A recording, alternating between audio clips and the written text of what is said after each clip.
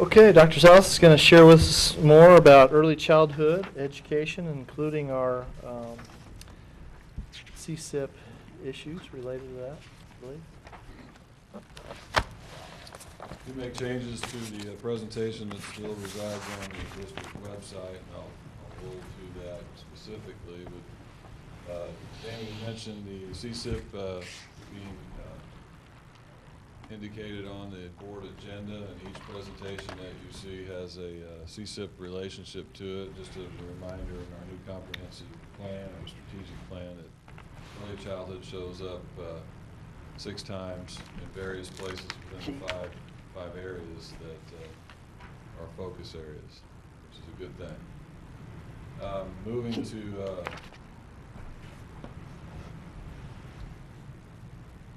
changes, specifically talk a little bit about enrollment. These are our updated enrollment numbers per Infinite Campus and projections. So the information you have in your packet is an attempt to use purely humans and the ability to understand what the question is that we were asking. And I failed, I guess, we're trying to figure out how many are still unaccounted for in the school, that it's easier to do it electronically. So this is the more reliable number that we have. We projected, for example, to be 348 kindergartners this year. You'll see here now that these are our class sizes as they are based on those numbers. We're at 358 in kindergarten. So that number could come down in the next couple of days as we start to see if there are students who are on our rolls or not sitting in seats, or as the week unfolds. We have enrolled 51 kindergartners since June, and that about 18 of those have had early childhood education, which is an interesting concept or an interesting statistic that remains constant with us. It's about 50% in this class as well. But our class sizes, as you see here, we try to maintain low class sizes. The areas that we were concerned about, the sections of teachers that we have per those areas. And first grade's really a bubble going through, isn't it? Yeah, well, we've got, our elementaries are full. We've got over 1,700 elementary students, so we're full there, and that's a good thing. Like we have 374 first graders. That's a big class. Yep. That's okay. We've got them. It's been a snowstorm. We've got them in class. Here, last year, we were talking about 50% of the 360. We actually ended at 352 in kindergarten. Did not have pre-K this year. Projected to have 348. Our current enrollment is 358. We're trailing right again, or trending at 50% with no pre-K program. So that's holding true. Of course, I shared with you last time the effects on the dial score, the entrance of the 273 we actually tested during registration in April. The difference in the scoring for those that have had preschool and those that have not.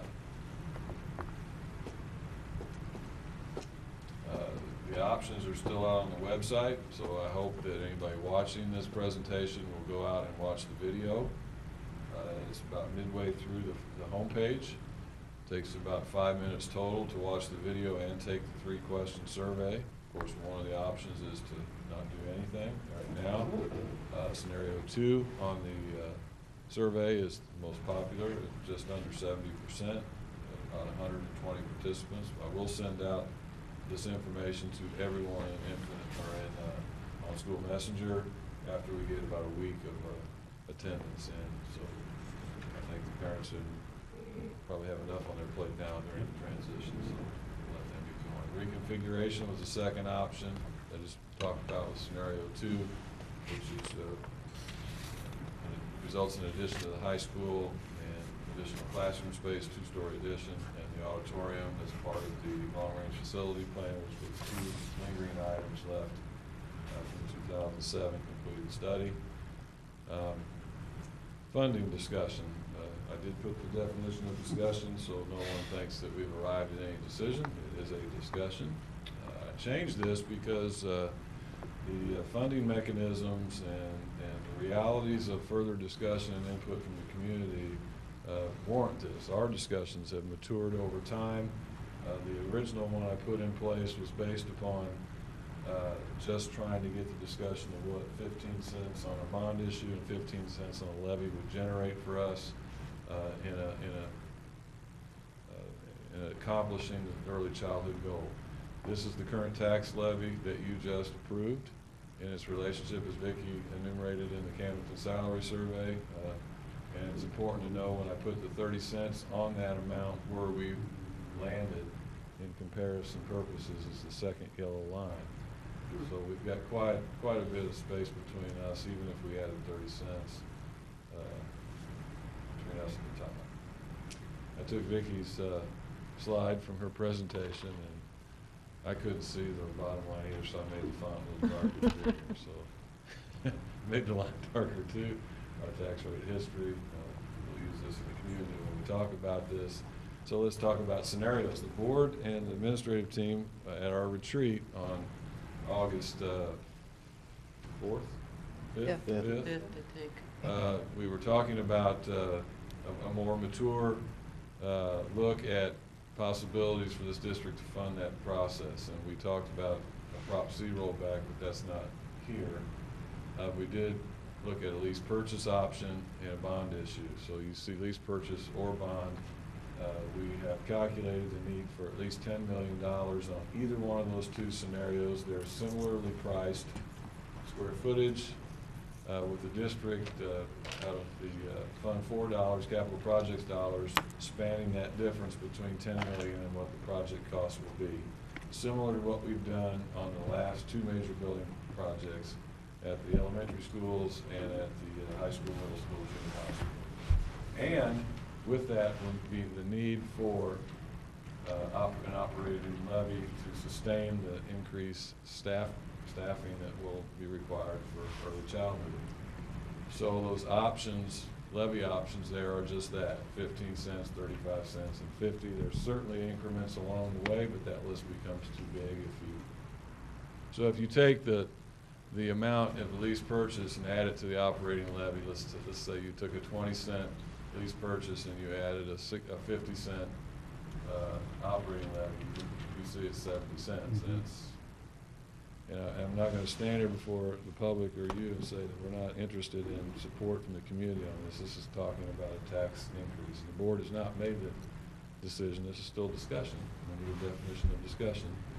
Still a discussion about what we might do when we heading toward January, which is the time we would have to make final decisions. And with that, we'll have more data from the survey that's online and we've been studying over the last several months. The impact on a homeowner and business, residential and commercial, you can see there at 30 cents, which, let's go back and look, it's the amount that you see there at those increments with lease purchase bond or bond plus operational levy at those amounts. Those are the impacts at those intervals. And you take those intervals and in this case, we're taking 65 cents and phasing it in over 3 years. That's what it looks like. Okay, so I'll go back.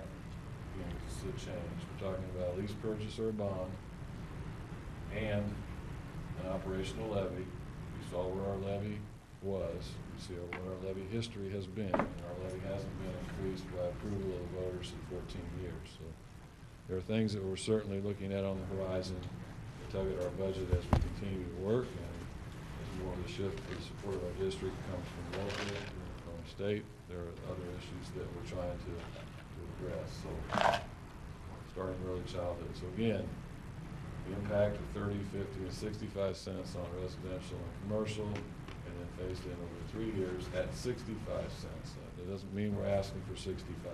It's just pushed out as far as. Do you want to explain the phased in, why it would be phased in? Well, it's certainly people easier listening. to phase in the levy. We don't need it all at one time. When you look at the timeline here, from the time that it's approved in April of 15 to the construction, design and construction and opening, hopefully in 2017, You don't need it all at one time. Right. Plus, it's easier on the taxpayers and the supporters of our school district to incrementally, as needed. The nice thing, I mean, I don't want to confuse things here, but as you look at the phase-in too, there has been talk when the formula is funded that there'll be some support on ADA for early childhood, as there are for kindergartners now. That certainly changes things. Mhm. We're trying to move forward with a little headwind of uncertainty that comes from our state support and shifting more toward local. So again, I think we need to advance the discussion just to see planning purposes. So, Aaron, with that thought, I think I know the answer to this, but I want to hear you say it. If 65 cent were approved, and let's say 2 years into it, now all of a sudden there's state support for early childhood, that means we don't have to That's correct. pursue the 65 any longer from our. That's a great question. We have a voluntary rollback right now in our debt service. We can lever 32.9, we can lever 25 cents, so we can volunteer. Yeah, that actually happened in the 3-year phase-in of the tax levy to support the salaries and benefits for our staff. We did not levy the entire 80 cents. We never did, We yep. needed to meet the obligation. So that's absolutely right. Okay. Yeah, we can't take a windfall, the Hancock Amendment, with reassessment and all those other variables. This gets real complicated, so we're trying to distill this down into some points. And this would lend itself to the future survey by Patron Insight. Right. If we decide with 25 cents, 35 cents, 35 cents is not in there. Just went from 25, 45, 65, just so you can see where that is. We know that we're going to need about 1.3 million in new staff support, at least for aides and teachers and all the support staff that we would need to open an early childhood effort. Okay. Good. So right now we're narrowing the options, the staff and community input. Anybody would watch this. I think during the lines I walked through yesterday with parents that I knew and some of the business folks I knew, I asked if they'd taken the survey. About 2 out of every 3 said they did. So the ones that have taken the survey so far have been those that have been involved in the CSIP process or those that have heard by word of mouth. Those are the ones I specifically invited to complete that survey, and then we hope to get a big bump in participation once we send the school messenger request out. But anybody watching, our board meetings certainly would want the Raleigh Daily News to continue to say, please go to our homepage and take the survey, watch the video. The only change to the video would be this funding impact, because Will Bryant mentions a 15 cent and 15 cent, and that's where this presentation was. This presentation this will go on the website tomorrow and replace the one that was there before. This is version 5. And so as we continue to discuss and solicit feedback and learn from the input of people that will work with us, we'll make those changes and respond to those. So, good question. Anybody else? We're getting there. We hope. And the survey will be available until when? When will the cutoff? We're going to close it in October. As you can see here on the timeline, we're there where the yellow arrow is. And we'll work into October to November, refining the 2 options into one, and then taking that one option and trying to determine where the tax tolerance and support is. That's the next phase. And then in January, the decision will be before the board as to whether we put something on the April ballot. And that's going to take a while to put those questions together, so start working on that. Okay? Thank you. All right. Thank you. Thank you. Thank you.